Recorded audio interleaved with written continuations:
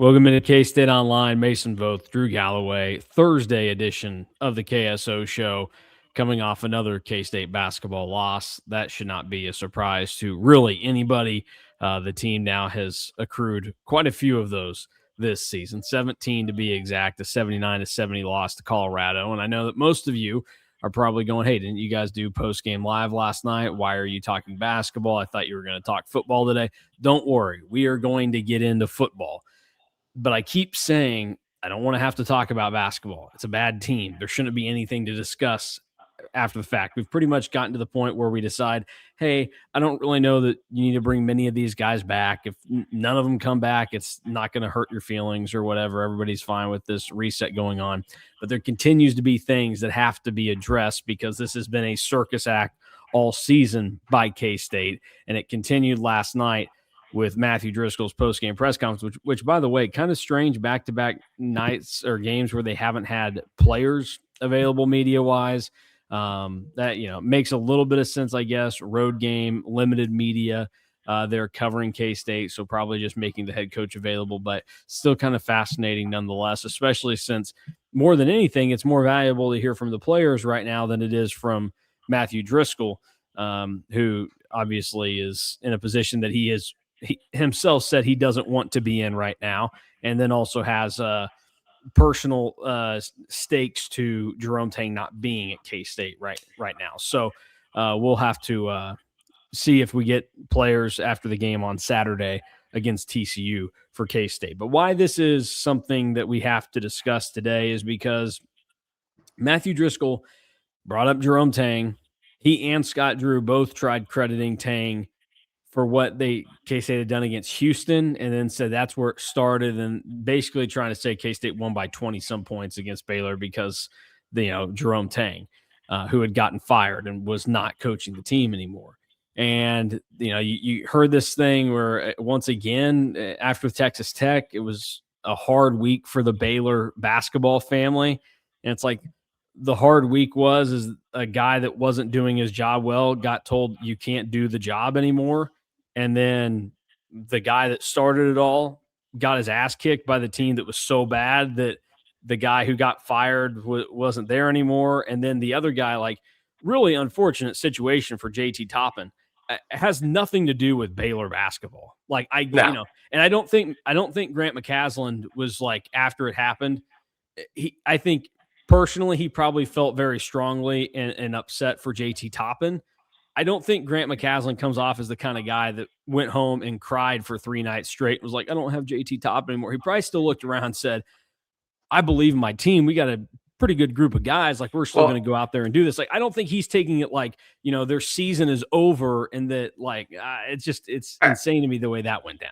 I also don't think that Grant McCasland was that his first thought was, it's been a rough week for the Baylor basketball family. Yes. Yeah, I can't imagine my star player gets hurt. Scott Drew gets his ass kicked by a team that fired their coach 2 nights ago, and Jerome Tang has been fired. Oh, what a week for us. Yeah. We can't catch a break in the green and gold. There's no way he was thinking that. No, because if he would have said that, we know how rabid Texas Tech fans are. Texas Tech fans would have been calling for him at the stake. Oh, yeah. They would have been Baylor? Why do we give a crap about Baylor right now?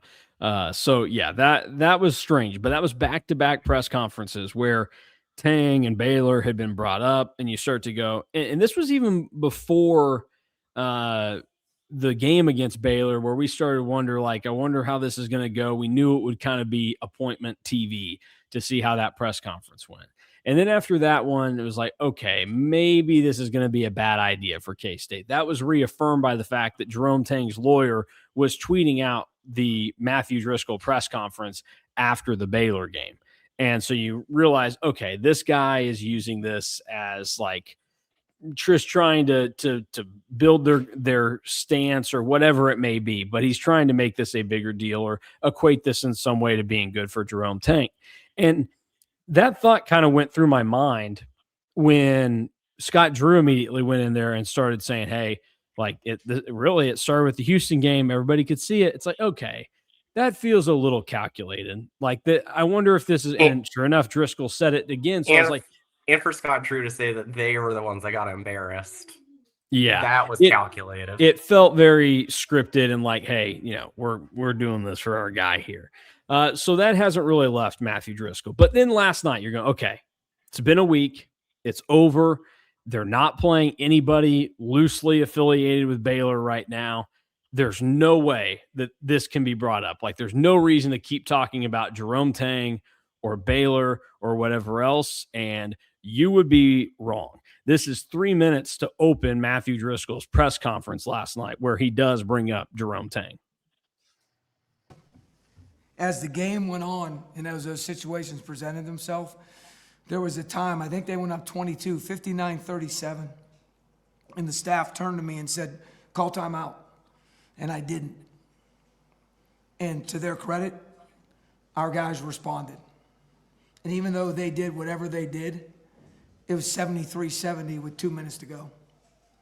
And the resiliency that these guys have shown over these 10 days, starting with Houston, because that's really where it started, and the way in which Coach presented what was transpiring as the genuine good human being that he is on Sunday when the transition took place, and then the way they reacted against Baylor, and then 13th Texas Tech on the road, and then coming to Colorado, who, by the way, they're a really, really good team. They play really, really well together.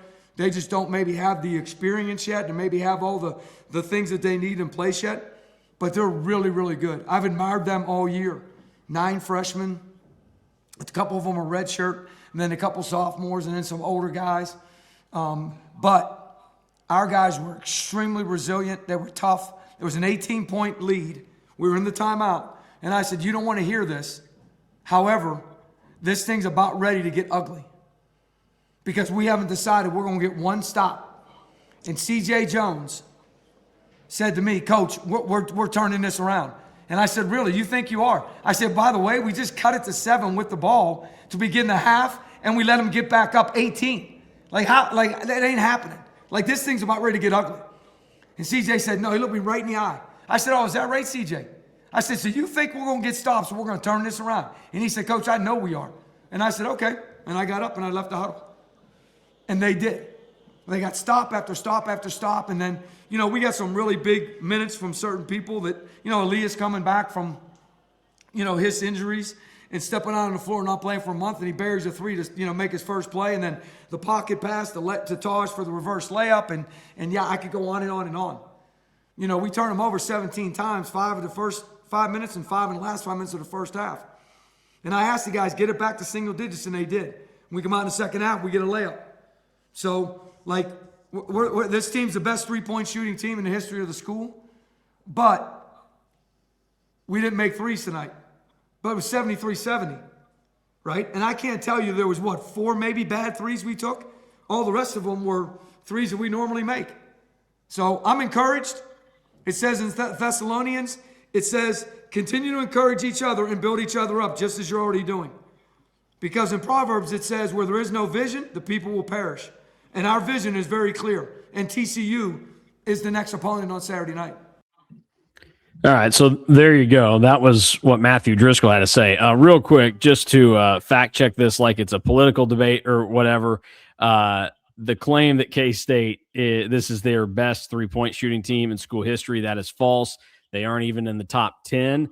And then him following it up by saying, we got good looks, just didn't fall tonight. But what K-State is shooting 32.4% from 3 in Big 12 play. That's a large sample size now. That's 15 games. They're the 14th worst shooting team in the league in Big 12 play.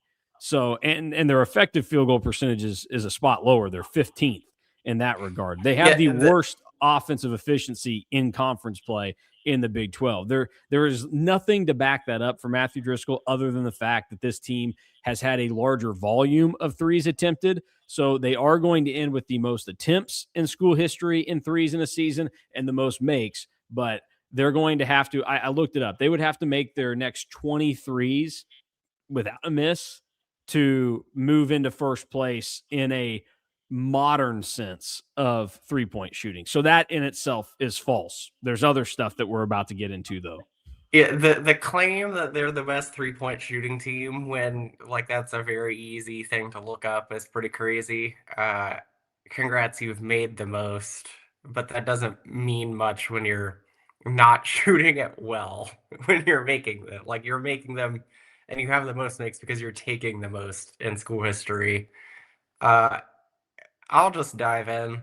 Uh, Again, crediting your staff by saying that they wanted to take a timeout when you're down 22 and you not doing that and the players responding. I don't know if that comes across the way that you probably want it to. Well, this is a staple of Jerome Tang's teams where there are these cell phones and press conferences. Go back to the Doug McDaniel comment Yeah. that we talked about on the message boards with why he ended up starting against Cincinnati last year. The thought process there was Jerome Tang said, I don't want to start him. And then after a practice at a staff meeting, the coaches said, why don't you just try starting Doug? It's what he wants. Let's see what happens. And Jerome Tang, with his staff right there, goes, nah, let's not. And then comes back and is like, I have this genius idea. God just told me to start Doug. Let's start Doug. And they won that game, and Doug played well. And it's like, why are you not? What's the point of having a coaching staff if you're not going to listen when they do make suggestions? Because they're not doing anything during the games; they're just sitting on the bench while like instruction could be being given. That we hashed that out last night on Post Game Live. If you're interested in our thoughts on the Dream Dowling picture that's making the rounds, I about said pitcher. I'm not going to sound like my grandma right now. So there's that aspect of what he said there. There's also the fact that CJ Jones goes into the huddle and Driscoll's telling them that they're about to get blown out. This is going to get ugly. And CJ Jones says, no, we're going to get whatever. And Driscoll's like, all right, and just leaves the huddle. And it kind of proves the point of what we've seen from this team and what we perceive it to be and why it's so funny that they're trying to give credit to Jerome Tang. The last handful of teams at K-State, really all of them under Jerome Tang's leadership, have been motivated by themselves. And it feels like the players have been the ones to figure it out and get it done. Like that's why people are giving even more credit retroactively, which is hard to do for two really great players like Marquise Noel and Keontae Johnson. But it's like those guys made Jerome Tang. They were that good. They made it happen. And with this team, we talked about last night before we even heard the post-game press conference. And I said, look, it isn't lost on me that this team made this great push. They always seem to have a little bit of fight in them. But when it gets to that moment where some instruction and coaching could be given, that doesn't ever come through. That doesn't take over. And there were so many moments last night where you can point to it and see that is a poorly coached team. It is a poorly run program right now because they weren't giving the players the opportunity in certain circumstances, like use the timeout there late. It gives some direction on how to do this or that, and it just wasn't there. And that's where things keep coming up short under this regime, which ultimately only has 4 games remaining at K-State. Second thing that doesn't get lost on me is crediting Colorado for their roster construction and how well they play together and pointing out that they have 9 freshmen when Jerome Tang and his staff have like effectively stopped recruiting high schoolers unless they go to Europe and they're classified as freshmen. They've essentially stopped recruiting high schoolers. Like which that only part, one of them was classified a freshman, Andre Kostic. yes. The other 2 were classified as juniors. So like that kind of falls on deaf ears for me. Like congrats, like they built a roster how you didn't want to. Like I get the Matthew Driscoll, it's probably not your fault because you showed up the latest. But when you say they're a really young team that they play really well together, you have to know that people are going to throw that in your face of like you've just stopped recruiting high schoolers at this level and have a very low ranked player that was local that is one of the best freshmen in the country playing for one of the best teams in the country.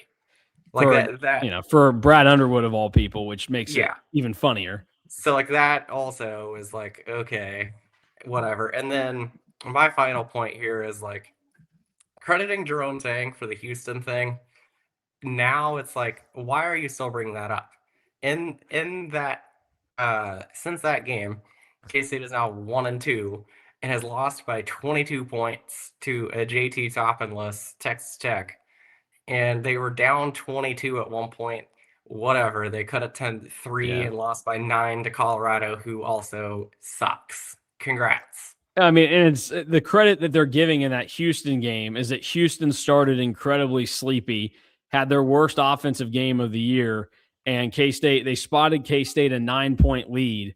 And what at one point Fan had the number, it was a 41-8 run that Houston went on.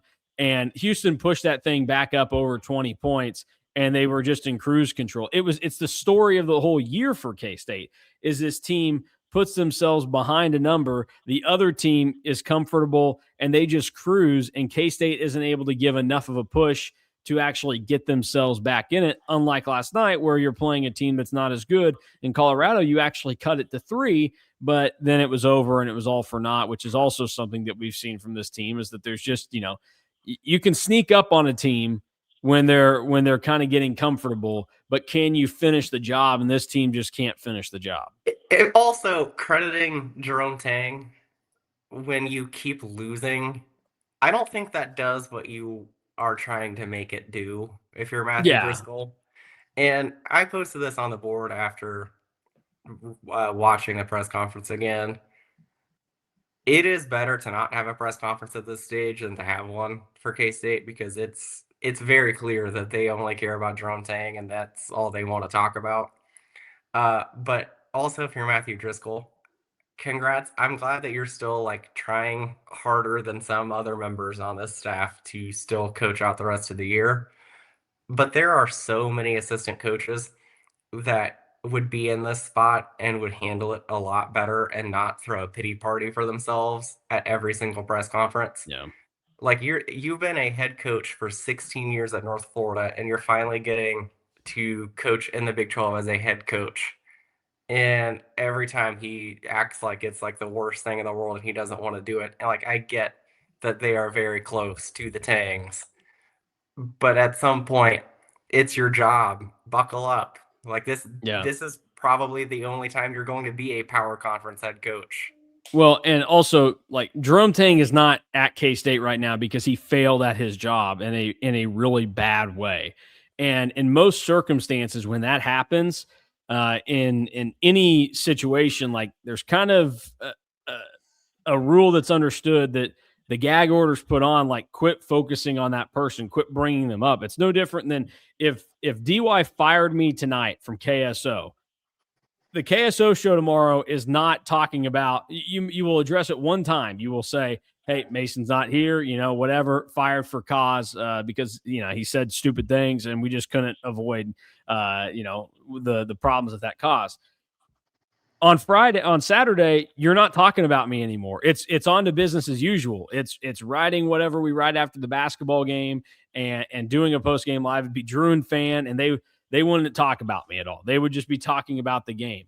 And that's where last night in particular showcases that this current crew is far more focused on serving a personal matter than the thing that they are still contractually obligated to throughout the remainder of the season. They've also said like multiple times to multiple different players throughout their tenure that one person is not bigger than the program, but they continue to act like Jerome Tang is bigger than K-State. I mean, they're acting like he died.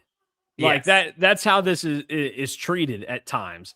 Which it's also not lost on me that there is some irony in holding Jerome Tang up on that high of a pedestal and speaking about him the way that they do, given some of the other things that they preach and discuss with the program. So to me, it's got to stop. And I don't know, you're in a really tough situation if you're K-State, because if you try to act on that, I don't know. But I also have some confidence that if you put somebody else in this position, and there aren't many of them on this staff, but like I think a guy like Rodney Perry or Anthony Winchester or somebody else might handle this with a more of a, hey, this is a shot that I may never get again, and I should value this. And for the sake of what I'm here for and what I am at least trying to say that I believe, I need to present myself in a certain way and go about it for these guys, and instead of making this a very pointed thing. The other thing that I will just say that has happened a few times now with Driscoll behind the mic Jerome Tang obviously went about it in certain ways. The staff has been very much ingrained in trying to control the narratives for their entire time here. Is we got another moment last night where Matthew Driscoll essentially tries telling the media how to do their job. He did this after the Baylor game where he said, like, be fair, tell the truth, whatever. And then last night, Wyatt Wheeler was, I think, the only one there from K-State media in Boulder, and basically is like, I know how you guys do this job, and then talking about how he knows more about the game, which, like, I'm not arguing that Matthew Driscoll knows more about the game of basketball than I do. Totally fair. But does he know how to implement it properly right now? And also that doesn't invalidate the opinion that we might have. Here is what he had to say. This is about a 50-second clip, and it just was another one of those wild tangents. I really thought PJ was going to get an and one on number 8 when he went down the lane. I thought he was going to play off 2 because he likes to block everything. And I thought he was going to let him jump and then get fouled because they were going to call the foul. And then he gets 2 free throws and we cut it to 1, get a stop or a foul, maybe split him 2-point game. Taj had 1 at the rim, but he also had a kick out. 1 more pump and a pivot. Now he gets fouled. He's a good free throw shooter. And then PJ's last one, he had Andre in the corner for a drift 3. So, and I know a lot of people in your business, I know how this works. And no ifs, ands, and buts, for candies and nuts, we'd all have a Merry Christmas. But I'm just telling you because I know the game. And I respect the game. Those are the little things that we have to fix. And if we do, then we can see good things coming in our future. I don't know, just one of those things that it doesn't sit well with me when it's, I know how this goes and what you guys are. No, you don't know what we're going to try to do here. There's such a people get so confused, especially in this day and age, with how they consume or think that they understand the job of the media.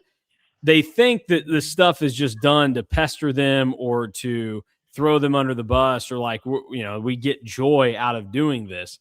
No, there's probably actually a reason why negative things are being pointed out or said. It's probably because you're doing them poorly. And so him going in there and basically being like, well, we had all this stuff available and we just didn't do it, but we're close. It's been the same story all season now. You've played 15 Big 12 games. You're getting close to having played 30 games overall. Like, if you were going to get it fixed, you would have done it already. And that's the reason why these things are being said. Just like the way that the media settings get handled after games, that's why certain things get said. That's why people have certain opinions. But this staff has always wanted to try to control the narrative and think that they understand what this job should be. And the fact is, they never understood what the role is that the media can be a great resource when things are going well, because guess what? Things are well. There's good things to write about. There's good things to talk about. But when things go bad, you have to understand, hey, there's going to be some bad things written. At the first sign of trouble, though, it doesn't turn into this doom and gloom stuff. I was not railing on this team after that NIT season. And it wasn't until things got really, really bad in that third year in the non-conference where it became clear there were some serious problems. And we had already started to see a growing list of not taking accountability, to then where you push a little bit harder to try to find that accountability and it still doesn't come. And then at the first sign of any opposition to what was going on, this staff shut down, froze people out, and treated people like they were the enemy. And that's where this thing has really gotten to this point now. So I just found it interesting that the same thing continues. And I thought Matthew Driscoll would be a benefit to this team. I still think maybe he could have been for some of the stuff on the floor. I don't know how much leash he actually got to implement that himself by Jerome Tang. It seems like at a certain point in late November, early December, a lot of the stuff that was there for the offense early in the season had disappeared. And now we're just seeing that there's not enough deviation from how Jerome Tang wanted to do things. And the whole Baylor basketball circle, I do not ever want that to touch K-State ever again, because I don't think that can work in many places. They found one place that it can down at Baylor, and I don't want anybody to think that I'm even talking about the religious aspect of that. I really don't care about that at all. But you can find so much of the other stuff with how they've handled it, how they discuss it, and just, kind of how, for lack of a better term, like they're kind of a bunch of fart sniffers down there at Baylor, where they all sit around and go, "Oh yeah, that's pretty good," but like it is an echo chamber, and they don't want to get any outside opinion as to what's going on in there. And it makes sense because we thought one of the problems that Jerome Tang might have entering this season is that there were too many yes men around him in his program, and we were hoping that Driscoll, with as many years out on his own of head coaching experience, would help, that Bill Peterson, with his background and experience, might be able to help change that, and it didn't. And part of the problem is because the two guys getting paid the most to assist Jerome Tang this season are very clearly the two guys that are the most in his pocket, essentially, with Jareem Dowling and Matthew Driscoll, where there is a very, very, very personal relationship there beyond basketball. That's great. Like, I'm not going to litigate the Jerome Tang relationship with those guys and how important it is and how great it is for all of them. That's fine. But it's clear that it's had a serious impact on how K-State's basketball program has operated. But yeah, my final take on that is just nobody wants to hear you're close when you've already fired your coach. You're 2-13 in the Big 12. You're 11-17 overall. And it's more likely than not that there are 0 returners next year than there are like 6. So nobody wants to hear that you're close when you're 2-13 in the Big 12 and you have 4 games to go. Yeah, no. All right, let's talk football. It was 26 minutes. Did not want to do that. Today, we are going to do a little take on the top 5, bottom 5, but because there's not that many and we want to chop it down a little bit, we're going to discuss our top 3 and bottom 3 for K-State position groups, where our confidence is the highest and the lowest as we get ready to enter spring football, which is like a month away from actually starting, pretty close. So we're getting closer to getting the first kind of understandings of how things might work for K-State football this year.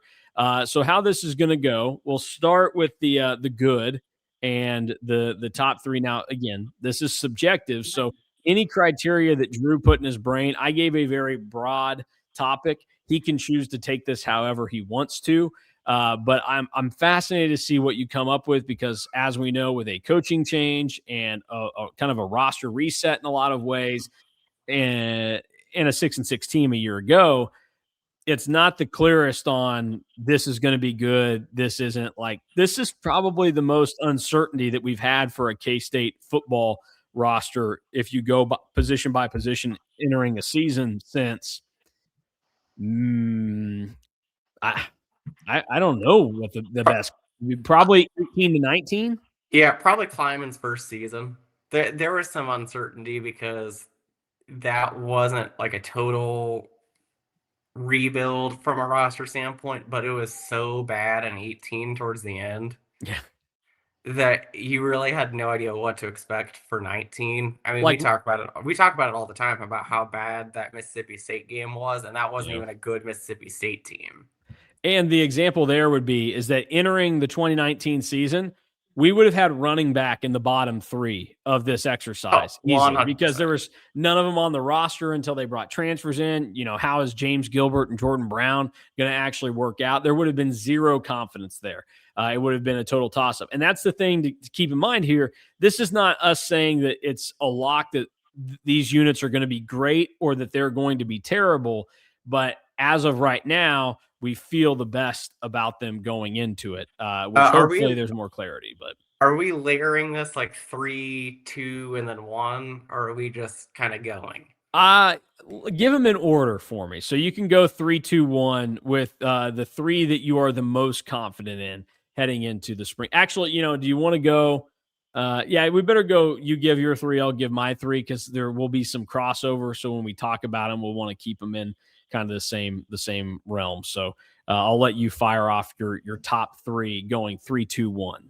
All right, number 3, I cheated a little bit, and I'm going to do quarterback. Oh, okay. We know what Avery Johnson is. Pretty confident in what he is. If it was literally just Avery Johnson, I think that quarterback would be my number 1. But because it's the others, and there is still a lot of experience behind it, they're probably number 3. You can call it cheating if you want, but you gave me every position That's true. group. Hey, that's true. I'm not judging you here. I told you it's subjective. You can do it how you want. My number 2, you may or may not like this, but my number 2 is the tight ends. Oh, I forgot about those guys. You have 3 guys that return from a year ago that all played various roles. You expect Lincoln Cure to take a jump. Garrett Oakley, if he can catch the football at a more consistent basis this season, he will That's probably. typically like he's getting to the point. I've always heard 22 years old, by the time that's when you really actually get your catching skills. The thing is he did not drop as many passes with Brian LePack as his tight ends coach as he did last year with Luke Wells. So now he has Brian LePack back. Maybe Luke Wells, the Stonehands Jr. over there. So maybe he'll catch the ball with Brian LePack again. And then Will Ancio has been a really solid third tight end.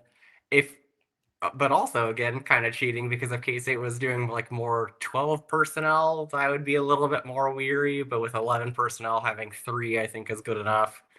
And then my number 1 might shock some people because I feel really good about this room. Can I take a guess here? You can take a stab. Defensive position? No. Okay, all right. Then I know. I had 2 guesses, and I thought if you were really trying to curveball, it was going to be on defense. But I know what this is going to be now, so I will not spoil it. No, you can take a guess of what you think I'm going to do. Running back. Yes, running back is my number 1. Joe Jackson is. I think we know what he is, sort of. Like the last 2 maybe. Games, the last 2 games were really, really good. The first 10 were not, but Rodney Fields really excites me, and I'm excited about what he can do because he has the same position coach back. This is an offense where being able to run the ball will probably come a little bit easier than at Oklahoma State. Jay Harris is solid. Bradford is solid. Tanner West probably won't play a ton as a true freshman. But like it's a position group that I feel confident in because I have seen 2 guys do it at the Big 12 level already. Although one was just okay for 10 games and then was like the best running back in the league for another 2. Maybe Utah just sucks. That could be true. That'll go over well with those sane fans. And then the other guy played 9 games for a terrible offense and was still very productive in it. So I've seen 2 guys do it at a Big 12 level. So that's why running back is my number 1. I don't hate it because I have running back number 2 on mine. So I'm totally good with that. I'm kind of in the same boat with you. Now, I'm not as like in the Joe Jackson camp. I think Joe Jackson, he might be my tight ends of last year where I have to pump the brakes for everybody. I'm like, are we talking about the same like thing here?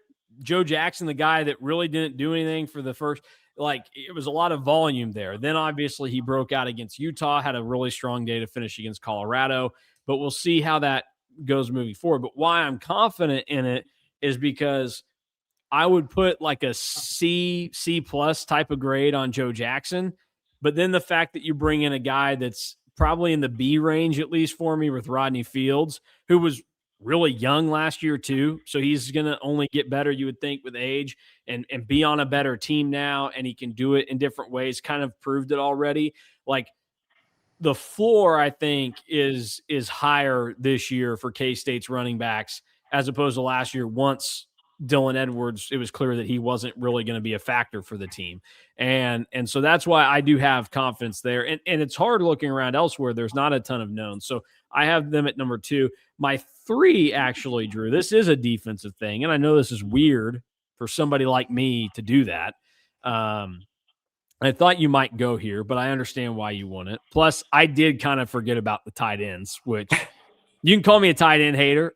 Typically, I'm not. I would love to love tight ends, but I just want to speak. I want to speak my truth about it. Matthew Driscoll told us to be truthful and tell the truth about these situations. I'm just telling the truth about the tight ends. I didn't get enough from them to warrant this hype. I think I won that argument last year. We'll see how they do this season.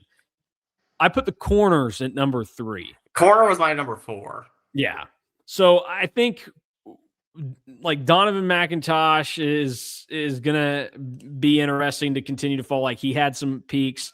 Zayshawn Rich though is very quickly turning into a legitimate, like he would start on any team in the Big 12 at that position.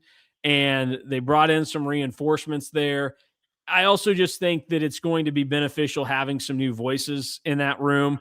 So many times we would talk about, hey, like it gets stale after so long with certain guys. And one of the guys I was very heavily trying to hint at there was Van Malone, that I was like, I think it might be time to find somebody to replace him.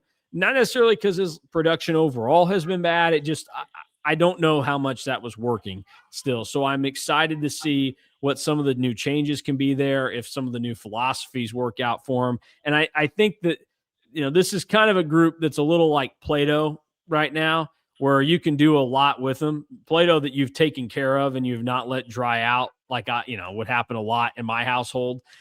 This is still like very pliable stuff, and I think it's going to be pretty fun to see how they play this year. And again, you should look back at last year and realize that there were expectations more so because you needed them to step up. But like Zayshawn Rich and Donovan McIntosh, pretty young and inexperienced for that role that they were having to step into. And ultimately they ended up doing a decent enough job. Like we've talked about, the defense has typically not really been the problem for K-State. It does some maddening things at times, but the inconsistencies in the offense is what set them back. Now, my number 1, probably no surprise, I did go quarterback. Avery Johnson's made it through 2 seasons, mostly healthy outside of the, half a series he missed at Colorado in 2023. So I'm anticipating him being around all season. I know some people are going to groan. I know there are some people that are down and hate on Avery. I still think that at his worst, he's a quarterback that is going to give you the chance to win a game. Like he's not gotten to the point yet where on a regular basis, he is the reason why you're winning games, but there aren't many, if any, games that I point to and I say, Avery Johnson lost you that football game. I don't think he's had a game like that yet in his career. And there were a lot of times last year, and you could point to the Baylor game and say, well, he did make this mistake. That's true. He made a mistake that ultimately led to a loss, but it wasn't like there were so many things that happened before that I wouldn't put on him. We also hashed out how bad the coaching was in that game. I think it was the worst coach game of Chris Kleiman's career. And Chris Kleiman's not here anymore. Matt Wells not here anymore, all that. But I think that I've got belief in him. It should be exciting for people that he's getting paired up with Colin Klein now. And then obviously Christian Ellsworth seems like an incredibly sharp dude, young, up and coming. You have another guy that's experienced with quarterbacks, and Sean Gleason is the offensive coordinator now. You have so many different guys that are going to be able to assist in this process that there's just a lot more energy, and you can kind of feel it with them. So I think it's going to work out well. Now, if it gets beyond him, obviously that would change quite a bit, but he's proven to be able to stay healthy. And it's his last year, so maybe he can be a little bit more careless with trying to protect himself a little bit. And maybe this staff is also going to be able to say, hey, look, it's the likelihood of you actually getting hurt, not that high. And Colin can be, dude, I played every single game for those 2 seasons once I took over at quarterback. I was beat the hell up, but I played every game and gave K-State a chance to win most of those games. So you can play dinged up. You're going to be fine. So hopefully that new messaging to Avery Johnson is helpful as well. But I have the most confidence there because he is the returning product. And as much as people might want to try to point out what's been bad with him, his version of bad is still something that I would take over a lot of quarterbacks throughout the country. No, I 100% agree. But I could see why you have the quarterback at 1. I kind of cheated and said it's fine. like, You can tell me I'm wrong. I think you want to tell me I'm wrong for it right now. No, I don't think that you're wrong. It's just I'm more worried about the unit, like if it gets beyond Avery. But like I definitely see where you're going. And then corner, like I said, that was my number 4. So I like that as your number 3 because it felt like we needed it. So one of us needed to have that as top 3. Yep. Nope. That's good. I think that the bottom three was easier to do than the top three. Interesting, because I actually thought my top three was fairly easy. Now, maybe it was easy for me because, again, I forgot about the tight ends. So I really was only having a few to work with. The bottom three, actually deciding who goes on it, maybe you're right, because I think you could say there's a lot that there's uncertainty with. But I'll be interested to see how you do this. So you can, this time, you can give me the ones that would be closer to the middle of your list first, and then to the bottom. So basically, give me the ones that you think higher of first, and then go down. All right, so like honorable mentions and then the bottom three. Well, you can give some honorable mentions if you want. Just give me your bottom three. We'll save the HMs for later and why we feel meh about them.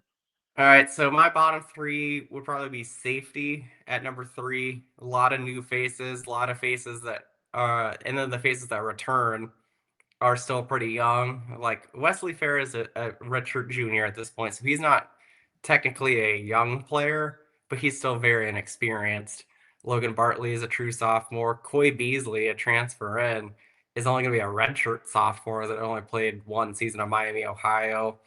Adrian Maddox is that wild card where like he could be a stud or he could be somebody that is like, oh boy, because we just don't know because he was so good at the first two levels, didn't play a ton at Georgia. So kind of weary about safety. This staff, like quarterback, has a bunch of defensive backs coaches with safety backgrounds. So like I feel a little bit better about where that could be than probably some of the other positions just because there's even more like lack of clarity. And that's why defensive tackle is my number two. Uh, Only two survivors from last season at defensive tackle. And they're both guys that didn't play much because they were hurt in Patrick Tackey and Holden Bass. And you brought in three transfers. None of them have a ton of game experience. So that kind of gives you some pause about what it could look like. I am higher on Kamari Burns than I think most. And that's just because he was behind one of the best defensive tackles in the country last year in Dante Corleone. And then behind those five, you have three true freshmen. So like you get a little bit weary about what that looks like, especially if you get into needing to play guys because of depth. And then number one for me is offensive line. You only have one returning starter, and it's John Pastore, who was an All Big 12 caliber player last season. But when you're replacing four starters, and again, you have guys that I like and I think that can work well that are a mix of returners and a mix of guys that you brought in from the portal. But I don't think that there was like a home run hit that you can tell right now from the offensive line. Like I really like Tanner Morley, but he's coming off of an injury. Yeah. Gus Hawkins is coming off of an injury. George Fitzpatrick is coming off of a health scare. Dylan Villarreal is still a redshirt freshman. Charlie Adams, this will be his first time playing at the Power 4 level. Like there are enough hesitancies along the offensive line, and even Chase Duarte is a true sophomore that will be playing at the Power 4 level for the first time. Tyler Johnson, who they brought in from the portal, didn't play a ton at Auburn. Like there are enough hesitancies that make me think, okay, like this is the position that I'm probably the most worried about going into the season. Now, do I think that one or two games in we'll know what this offensive line looks like? Yes. But right now, it's probably my biggest concern from any position group going forward. So it kind of interesting that you would bring that up because the way that you ordered that, because I have kind of the inverse of what you have. So if you just took what you had and flipped it around, we've got the same one in the middle there. I put offensive line a little bit more towards the middle of the pack just because I have such a hard time imagining that it would be that bad or detrimental to K-State what the offensive line could provide. You're right. You only bring back one guy in Pastore as a starter, but if Fitzpatrick is like physically there, then you're essentially kind of bringing back two, even though he didn't play, but like he was penciled in to be one. We like Tanner Morley. The injury thing, that's a little bit of a concern. I think there's just going to be enough there where they're able to figure it out, and it may not have as notable of an impact as some of the other spots would have. And I like this. This goes to what I said beforehand. This doesn't mean I think they're going to be bad. I like some of what they have available to them at safety. We just don't know if it's actually going to come through. And I think we have to be a little weary of that position because we can't forget how much of a mess 2023 was at that spot. Like we thought that, no, they've got it figured out. They've got this rolling. And then Jordan Riley was a total disaster back there. And it hurt them at times. So, but I'm with you. I think those are the three right now that to me make the most sense to have the questions about. Now, I think some people out there might be considering linebacker for this crew. Where's your thoughts on that? Linebacker was my number 4. I really like Mekhi Mason, but it's behind him what goes on there. Like, does Jacoby Oliphant take a step and is now like a full-time starter at a Big 12 level after being a part-time starter at Oklahoma State? Does Rex Van Wy take a jump? Does Asa Newsome take a jump and stay healthy? Yeah. Does Darian Whitaker step up as a redshirt freshman? Like, there's a lot of questions behind Mekhi Mason, but I think that the other 3 positions. And to me, there's even questions with Mekhi Mason just because you're making that jump from Louisiana Tech to K-State. So. Oh yeah, so like that's why that position is probably number 4. That was like the one honorable mention that I had. These were my bottom 4, and it was tougher for me to rank these in the top 3. Yeah. All right. That is, I thought that was a fun exercise. Good way to kind of get people an idea of where the roster sits as we are basically a month away from spring ball starting for K-State. And at that point, we'll start to hear from everybody again, coaching wise and everything else, and get a little bit of a better idea. We are going to play a game today. We're exactly a month away, actually, from the first practice of the season. There you go. We are going to play Move the Chains. But before that, Drew, I want to we got an email from the Big 12 just a moment ago, and they're outlining the fan experience, entertainment, and community programming for the Big 12 tournament, which is starting very, very soon because the women are going to be up first and then the men will go. Here is what they have highlighted. The Big 12 will bring back Phillips 66 Big 12 Boulevard Fan Fest, a signature destination throughout both tournaments that blends elite competition with whatever. The Rally Cry Gaming Truck, a state-of-the-art mobile esports arena that unfolds into a full competition stage with LED screens, spectator viewing, and on-stage gaming for fans. Hat customization station from Phillips 66. I want to know what that means. The hat customization? Yes. I probably like a lids. You get your K-State hat and you want to like have them stitch on there Fire Tang or something, or I survived Tang. Like, what does that mean? Yeah, I don't know. A photo booth from Edward Jones, fan trading card creation with Old Trapper, giveaways from Old Trapper and Monster Energy, and New Era and Rally House merchandise pop-ups highlighted by a Big 12 capsule collection from Starter featuring their signature satin varsity jackets for all 16 member schools. Now, the moment that you all have been waiting for. Big 12 Eats is back. We have the list of the Big 12 Eats for this year at the Big 12 tournament. For Arizona, they are bringing back the Wildcat Mini Chicken Chimichangas, which, again, as we know, I brought it up last year when I tried that creation, which I think was pretty good. I referenced the Dustin Hoffman line in Meet the Fockers, where he goes, I want to make a chimichangas. I'm making that, whatever. Arizona State, Sparky smoked boneless wings. Another returner. Yeah, you and DY, I think, overhyped those last year. Sorry that the ones that you got were cold. The Baylor brisket sliders. They weren't, I don't think it was, they may have been cold, but they didn't give me as many as you guys. I thought I got robbed. The Baylor brisket sliders, out of respect to my alma mater, I will not be touching anything affiliated with Baylor. I want that stink of a program out of my university. So I will not be touching those. Cosmo churros, I haven't had them. I'm probably not going to. I'm not a big sweets guy, and I don't want to waste like $20 on a churro that probably isn't very good. The Citronaut drink is back for UCF, which I know you've enjoyed. It's good. It's the overpriced, but it's good. the Cincy cheese coney, the Boulder green chili nachos. I might have to go that route this year with Colorado. Well, it is like one of the only new things on here. Yeah, Big J's loaded mac and cheese, which is a staple and a great item that they have in Kansas City. The K-State Power Cat steak tacos. That's new. They've changed the K-State one again, right? Or was that No, what they did last year? That's what they did last year. Because they've done. Did you purposely skip Iowa State? Oh, I totally overlooked them. Yeah, you've got the green chili pork walking taco. No, it was not intentional. I also skipped over Houston and Shasta's brisket tacos. That's also just okay. We know Brett Yormark failed at Big 12 Mexico from a playing side of things, but with his cuisine, he is still trying to keep the dream alive. Because K-State has gone from the purple pride dog with the gross purple bacon jam on it that I did not try and was not going to try. I did have the fried peanut butter and jelly. It was good enough. It was too much in the moment. The steak tacos are a returner from last year, okay. I think. The OSU Orange Power Pizza, I am about it. I thought that was pretty good.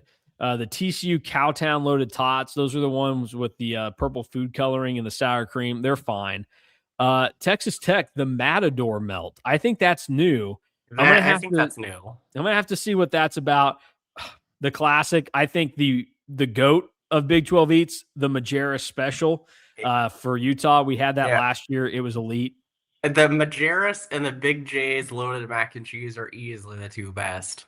And just in case anybody is curious, the Majerus Special does have the #1 spot right now in the all-time food review leaderboard. I just pulled it up. They got a 9.055 last year. I believe that was because of Gabe Madsen. Was that his name? The sniper for Utah. Yes. That is #1. The Big J's loaded mac and cheese is #2 in history. Now, those are not Hall of Famers, but I would say the Majerus might be getting a Hall of Fame induction this year. If it comes through again, it would join the Man's hot dog at Kauffman, the brisket grilled cheese at Kauffman, and the bacon-wrapped hot dog at Busch Stadium in the Hall of Fame of Mason Voth food reviews. But, yeah, and then West Virginia, they're bringing back the pepperoni roll, which I did have one of these years. That's like a middle of the pack. It's tied for 14th in the rankings. It's the most overhyped Big 12 Eats item because it's just okay. Yeah, no, it definitely, and it's not a ton going on there. Big 12 Eats, it's a wide variety. Like we've got one that's got the top spot in food review history, and then the Longhorn quesadilla was the saddest thing that I had ever had, and that is dead last out of 25 food reviews. Which it's hard to mess up a quesadilla, but that was so bad. It was terrible. It was such a sad production. Now that was first year of Big 12 Eats at least. So yeah, anyways, I have a full spreadsheet of all of these for anybody that's curious. Maybe I need to tweet this out and pin it so you can see the scores and the leaderboard. I also have each food review tweet hyperlinked in it so I can go and easily find those if anybody wants the reference point. But some of the Big 12 Eats rankings through time. So the first one that we ever did was the Longhorn quesadilla, got a 3.5. This was 2023. The TCU Loaded Tots got a 7.4. And those were the only two we did in 2023. 2024, we did 3. The Power Cat PB&J got an 8.6. That is still tied for 3rd all time. The Big J's Loaded Mac and Cheese, 8.7 in 2nd place. And then last year, we went hard. We were also there for 3 days. True, which we were going to be again this year. And I do have another kid, though, so I don't know that I should be spending as much money on food because last year I spent, that ends up being like $81 on 5 items. But we had the OSU Orange Power Pizza, 7.8. The pepperoni roll, 7.3. The ASU boneless wings, 6.7. I know you guys hate that. The Majerus, the GOAT, 9.055. And then the Wildcat mini chicken chimichangas. They were fine, not great, 6.2. So there you go. We'll have to. I need to just mark it down right now. Appointment viewing. What I'm going to do. Okay. So one of these is going to have to be. What did I say? I got to do the steak tacos. the Matador melt. I don't even know what it looks like yet, but it just sounds like something that should be consumed. And the Boulder green chili nachos. So there you go. Well, and we got to have another Majerus. Well, yeah, of course we're gonna have a Majerus. I mean, that should be half off for KSO. I think we kept that concession crew in business last year. Anyways, all right. Are you ready to play a little Move the Chains, Drew? Oh yeah, let's do this. We haven't done this in a little bit. Yeah, well, we had a lot going on with basketball. There's not been much time to have fun or talk football. Fortunately, we got that today. How it's going to work today, the last time I had a series of prompts for you. So we did football numbers for players, and you could go, whatever. This time, I'm not going to be able to give you a name of a player and you do this. Today, 2017 football season is the topic. This was Drew's freshman year of college. So this is Drew's first team that he experienced as a student in Manhattan. That is correct. I did the math on it. There were, let me make sure I have it right in my head. There were 10 different players that led K-State in either rushing yards or receiving yards for a game that season. 3 of them are 1 yard categories. 4 of them are 3 yards, and 3 of them are worth 5 yards. So you have 4 opportunities here to do what you need to try to get the 10 yards to finish this thing off and be a winner today. But only 4 opportunities to do this. So you can start. You tell me which one you're gunning for. And because I think you have to call no, that's not fair. It would have been really hard to do. So you just get the opportunity here. 4 chances. I have assessed a value to each of them. So okay, I was about to ask, so the harder that I think that they are, and the lesser amount of games that they were leaders in, their value is higher. So like if, say for example, like this past year, like Dylan Edwards only was the leading rusher for 1 game, he would be worth 5 yards. But if Joe Jackson was one of them, he would only be worth 1 yard because he led the team in rushing for like 9 games or something. But you have rushing and receiving leaders here available to you. 4 opportunities.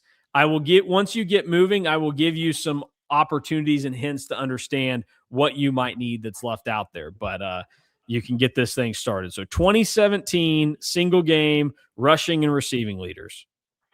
Okay, so 2017 was a year of a lot of quarterbacks that got to play. I'm going to take a stab and say that Alex Delton probably led at least a game in rushing. Alex Delton, I'm giving you 3 yards for Alex Delton.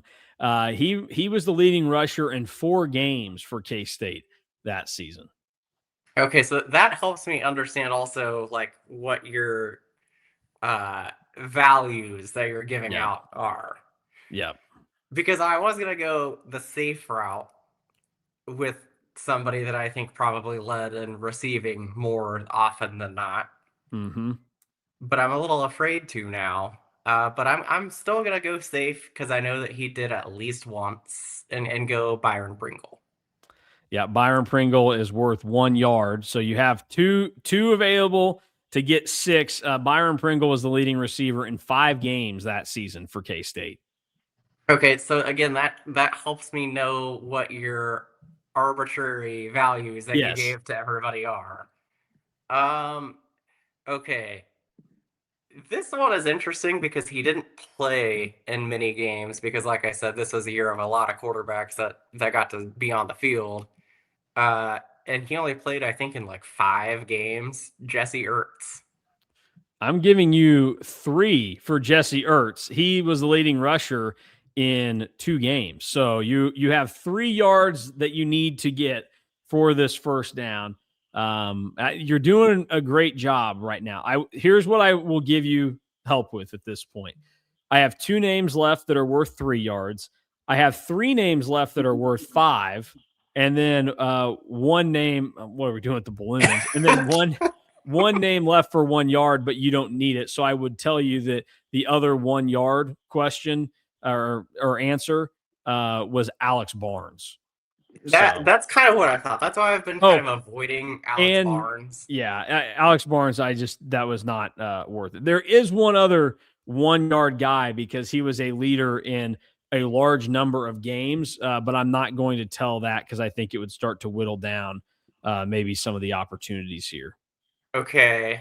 Now I gotta think hard, but not like super hard. Yeah, you basically have, let's see, 5 guys that could win you the game here. I'm gonna take a stab on a receiver, which I feel like is not is not good. Yeah, this is tempting fate right here. I think that there was probably a game where Dalton Schoen was the leading receiver. That was a good move. Dalton Schoen was the leading receiver for 2 games in the 2017 season. I was hoping that you weren't going to say Isaiah Zuber because he was the last 1 yard guy because he led in 5 games. So you avoided Zuber. And then the other guy, Dalvin Warmack, had 2 games where he led the team in rushing. Do you want to take a crack at the 5 yard assignments here? Two of the guys were rushing yards leaders, and one of them had 1 game where he led the team in receiving. And funny enough, it was the Cactus Bowl against UCLA. Okay, so was the let me think some more about 2017. I would say that the receiver in the Cactus Bowl was that Dominique Keith? It was Dominique Keith, like 50 some yards for Dominique Keith in that game, and he led the team in receiving because Alex Delton was running all over the field. And then were the other 2 you said were rushing? Yep. Was one of them Skylar? Skylar Thompson did it twice. I was thinking about going Skylar, but when I had already used 2 quarterbacks already, I was a little bit afraid to jump in that boat again. Yeah. Skylar's games that he led in rushing, funny enough, he was the leading rusher against Central Arkansas in the opener that season. And then he did it 93 yards in the upset at Oklahoma State. And then the other rusher, the only one that I could really think of that it could possibly be would be Justin Silman. Yeah, Justin Silman, 45 yards in the overtime win at Texas Tech. And I lied. Dominique Keith didn't even get to 50 yards in the Cactus Bowl. He was at 49. That is funny. Alex Delton threw for 52 yards in the game, but ran for 158. See, my logic on who I guessed was that, like, I said Pringle, knowing that it was probably only going to be a yard because I wanted to know how many games that he led in. Because then I knew that if he led in like X amount, that Isaiah Zuber probably matched him at worst. Yeah, Pringle, leading receiver for Central Arkansas, TCU, Oklahoma, KU, and Oklahoma State. Obviously, Isaiah Zuber, the leader against Charlotte, Vanderbilt, Baylor, West Virginia, and Iowa State. And then Schoen against Texas in double overtime, which is the game that I remember kind of as Schoen's breakout, where Bill Snyder, I think, called him slow after the game. And then he also led the team in receiving in the win against Texas Tech. And then Dominique Keith had the 1 game. Skylar, we mentioned his. Alex Barnes, only the leading rusher against Charlotte and Kansas that year. Jesse Ertz, the leader against Vanderbilt and Baylor. Delton led the team in rushing against Texas, TCU, Oklahoma, and UCLA.